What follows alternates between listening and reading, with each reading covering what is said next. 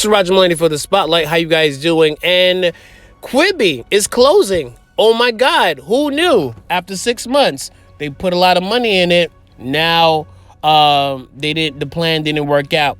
Check out my review, and I hope to get your thoughts. This is Roger Mulaney for the Spotlight. Tune in.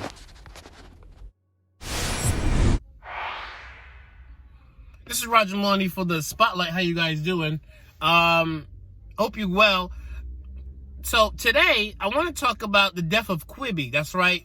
Quibi was a brand new platform created by Jeffrey Katzenberg and Meg Whitman. Meg Whitman, as you know, runs eBay, founded eBay.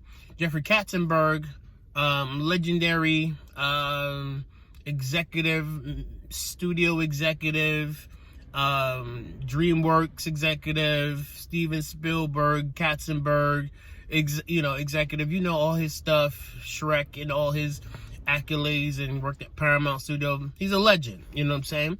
So, as of yesterday, Quibi is officially going to shut down. You're probably saying to yourself, why is Quibi shutting down? I'm glad you asked that. Quibi's idea was to create not user-generated content for mobile phones. So, and it was hard for them to get traction, because what they did is they started a subscription model. And the reason why Jeffrey Katzenberg said that it really didn't take off is due to the pandemic. Everybody was home. I don't know a content creator that says that they were home and they not watching the platform, right? Everybody was watching Netflix. Disney Channel was on and popping. Hulu, Amazon. What else was a cool platform? Tubi, IMDb TV. I like Masterclass as a platform. You get executives and Hollywood actors to do like learning videos about, if you want to filmmaking, you want screenwriting. Aaron Sorkin can teach you how to do screenwriting, all that other cool stuff. Correct?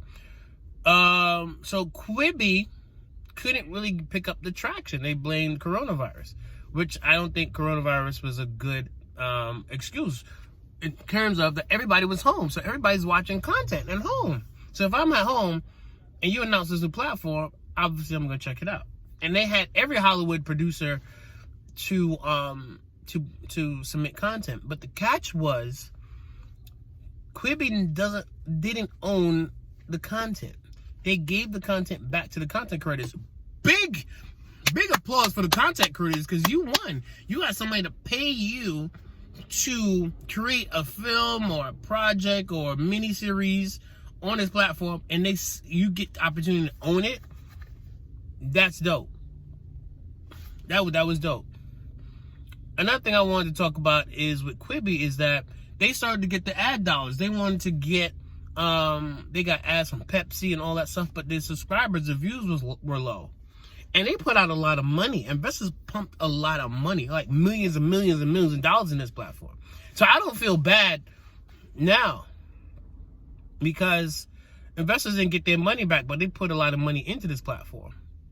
I feel another thing was a problem with Quibi was that it's mobile content on the go. I like the concept of that. But the problem people having is when I got home and I saw something that I liked on Quibi, I couldn't cast it. They did that too late. They got the deals with Apple and Roku too late. Because if I see something cool on Quibi that's, mobile content on the go, and I get home, I want everybody to check this show out. I can't cast it. It's only on your phone.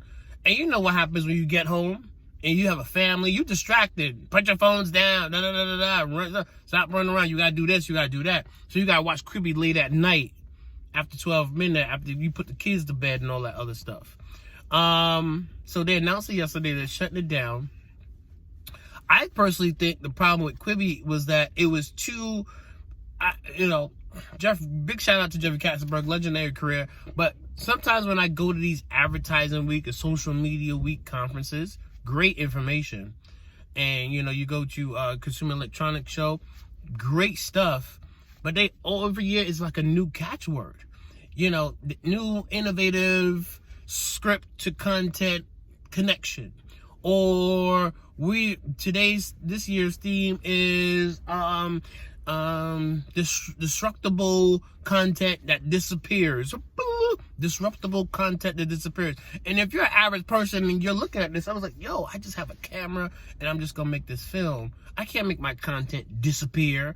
They'll show you some new cool stuff and you're like, yo, now it's all about creating content that you look at it and at 6 o'clock in the morning and your eyes light up and then it disappears as soon as you close your eyes. And you're like, man, I just have a camera, I got a little editing suite, and I got some actors.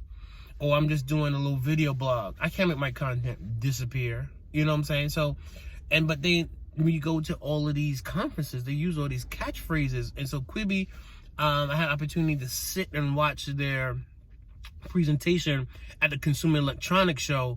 And, they did the rollout. Jessica Katzenberg came out. Meg Whitman came out.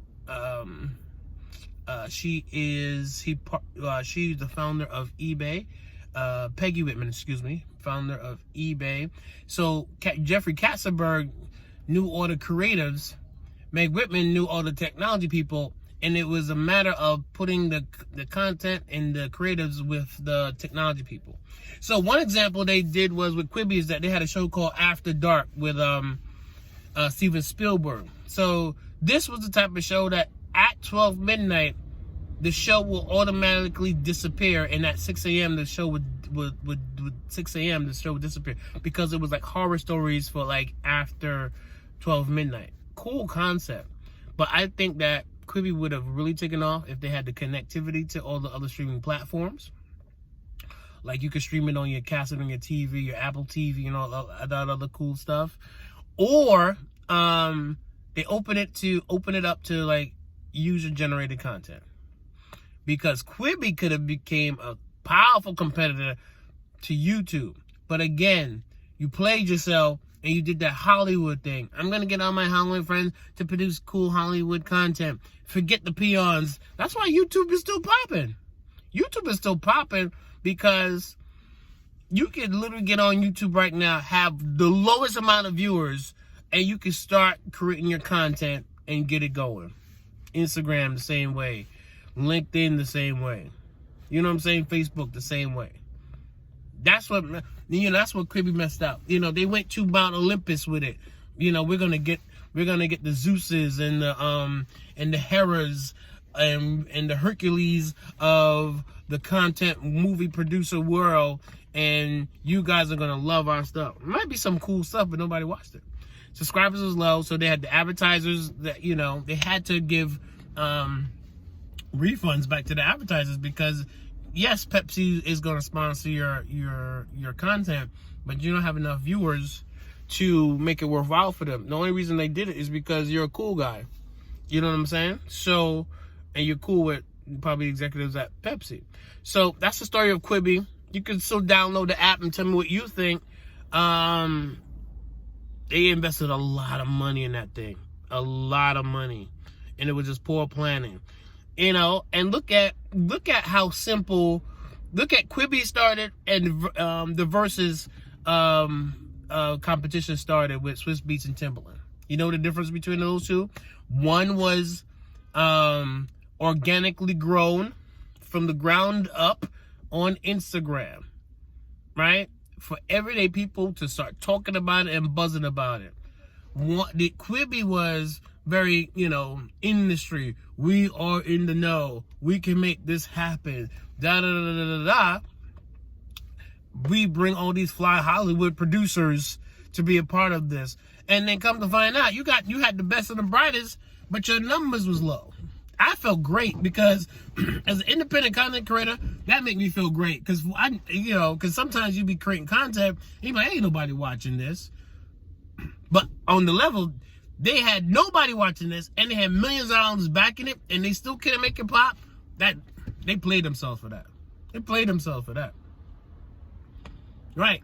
They should have made that pop instantly. All right. My name is Roger Mully. Welcome to the Spotlight. Quibi. Check out Quibi stories on the Wall Street Journal. You can read it this morning, and tell me what you think. All right. Hope to speak to you soon. Have a great day.